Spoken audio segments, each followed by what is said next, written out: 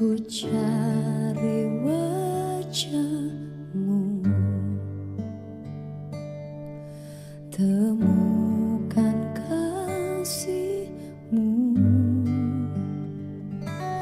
Kau bukan Tuhan yang jauh dariku.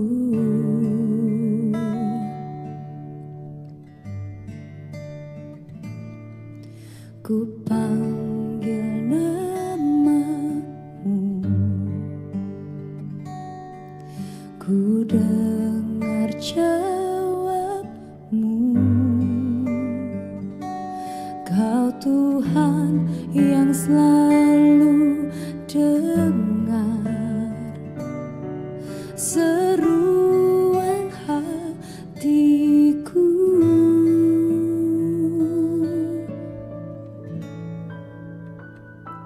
Sungguh indah Kau Tuhan,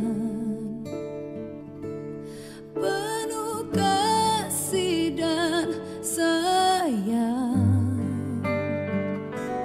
Kau tempat penghiburan bagi setiap hati yang terluka. Sungguh indah Kau Tuhan, menara perlindungan. Kau sumber kekuatan bagi semua orang yang membutuhkan.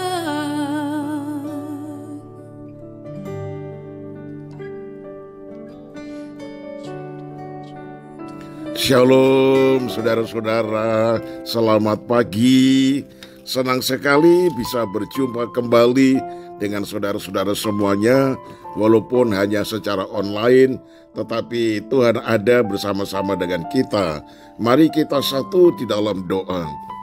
Ya Tuhan, ucapan syukur dan terima kasih kami naikkan kepadamu apabila semalaman kami boleh tidur dengan baik. Dan pagi ini Tuhan karuniakan tubuh yang sehat untuk menikmati hari ini. Itu sebabnya sebelum kami beranjak melakukan seluruh aktivitas kami lebih dulu membuka hati, pikiran, dan telinga kami untuk mendengar firman-Mu. Mari Tuhan berfirmanlah di dalam nama Tuhan Yesus. Haleluya. Amin. Tema renungan pagi ini yaitu bersepakat. Matius 18 ayat 20 berkata demikian, sebab di mana 2 atau 3 orang berkumpul dalam namaku, di situ aku ada di tengah-tengah mereka. Nah saudara, kata nama yang tertulis pada ayat di atas dalam bahasa Yunani diterjemahkan menjadi otoritas. Dalam hal ini Tuhan Yesus berbicara mengenai orang-orang yang berkumpul dalam otoritasnya. Jadi, di mana ada 2 atau 3 orang berkumpul dalam otoritas Yesus, Dia ada di tengah-tengah mereka. Bisa bilang amin, saudaraku? Haleluya. Firman Tuhan adalah otoritasnya, dan nama Yesus laksana kuasa seorang pengacara.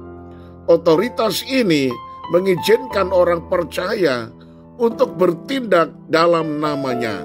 Sebagai contoh, ketika kita diberi surat kuasa, kita diberi hak untuk menggunakan otoritas dari orang yang memberi surat kuasa tersebut. Misalnya, untuk mengambil uang di bank. Jadi secara sederhana, ketika kita berkata dalam nama Yesus, sesuai dengan firman Tuhan, penyakitku sembuh. Berarti kita memiliki hak, otoritas, dan kuasa untuk melaksanakan firman di dalam nama Yesus. Jadi, nama Yesus adalah kuasa atau pengesahan yang menjamin kita dapat memperoleh apa yang telah dituliskan di dalam firman Tuhan. Dalam Matius 18 ayat 19 dikatakan, jika dua orang daripadamu di dunia ini sepakat meminta apapun juga permintaan mereka, itu akan dikabulkan oleh Bapakku yang di sorga. Nah saudara, yang menjadi kunci di sini adalah kata sepakat. Kesepakatan itu berarti cocok, harmonis, memiliki pikiran yang sama. Kesepakatan akan selalu melahirkan kesatuan. Kesepakatan juga berarti tidak ada pertikaian dan hidup dalam kecocokan. Nah saudara, menjalin kesepakatan laksana suasana dalam sebuah simfoni ketika instrumen yang ada, yaitu roh, jiwa, dan tubuh menjadi harmonis. Tuhan menghendaki umat Tuhan untuk hidup dalam kerukunan dan kesehatian. Itulah yang akan mengundang hadirat Tuhan untuk berkenan hadir. Oleh karena itu, saudara, kita tidak boleh terus-menerus membesar-besarkan perbedaan yang ada.